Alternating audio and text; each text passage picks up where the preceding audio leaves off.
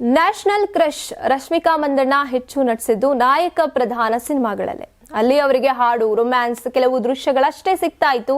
ಆದ್ರೆ ಇದೇ ಮೊದಲ ಬಾರಿಗೆ ಮಹಿಳಾ ಪ್ರಧಾನ ಸಿನಿಮಾ ಆಗಿದ್ದಂತಹ ದಿ ಗರ್ಲ್ ಫ್ರೆಂಡ್ ಸಿನಿಮಾನಲ್ಲಿ ಅಭಿನಯಿಸಿದ್ರು. ರಶ್ಮಿಕಾ ಈ ಸಿನಿಮಾದ ಮೇಲೆ ಭಾರಿ ನಿರೀಕ್ಷೆಯನ್ನ ಇಟ್ಕೊಂಡಿದ್ರು.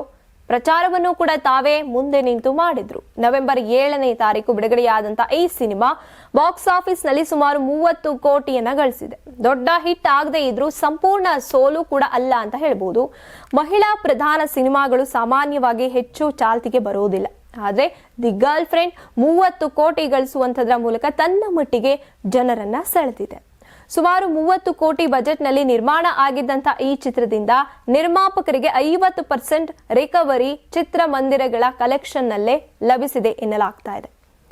ಇನ್ನು ಸಿನಿಮಾದ OTT ಮತ್ತೆ ಸ್ಯಾಟಲೈಟ್ ಹಕ್ಕುಗಳು ಒಳ್ಳೆ ಬೆಲೆಗೆ ಮಾರಾಟ ಆಗಿದ್ದು OTT ಹಕ್ಕುಗಳಿಗೆ 15 ಕೋಟಿ ಸಿಕ್ಕಿದೆ ಅಂತ ವರದಿಯಾಗಿದೆ.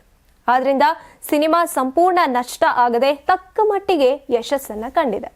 The girlfriend cinema December 11ನೇ ತಾರೀಕು OTTಯಲ್ಲಿ ಲಭ್ಯ ಆಗಲಿದೆ. ಈಗ ರಶ್ಮಿಕಾ ಗೀತ ಗೋವಿಂದಂ 2, ಕಾಕ್ಟೇಲ್ 2, ಟೈಗರ್ ಶ್ರೋಫ್ ಅವ್ರ ಜೊತೆ ಹೊಸ ಪ್ರಾಜೆಕ್ಟ್ ಮೈಸಾ ಅನ್ನುವಂಥ ಮತ್ತೊಂದು ಮಹಿಳಾ ಪ್ರಧಾನ cinema, handed wounded broken Ajith ಜೊತೆಗಿನ ಸಿನಿಮಾ, ಹಾಗೇನೆ ಬಹು ನಿರೀಕ್ಷಿತ ಪುಷ್ಪ 3 ಸೇರಿದಂತೆ ಹಲವಾರು ಪ್ರಾಜೆಕ್ಟ್ಗಳಲ್ಲಿ ತಮ್ಮನ್ನ ತಾವು ಇದಾಗಲೇ ತೊಡಗಿಸಿಕೊಂಡಿದ್ದಾರೆ.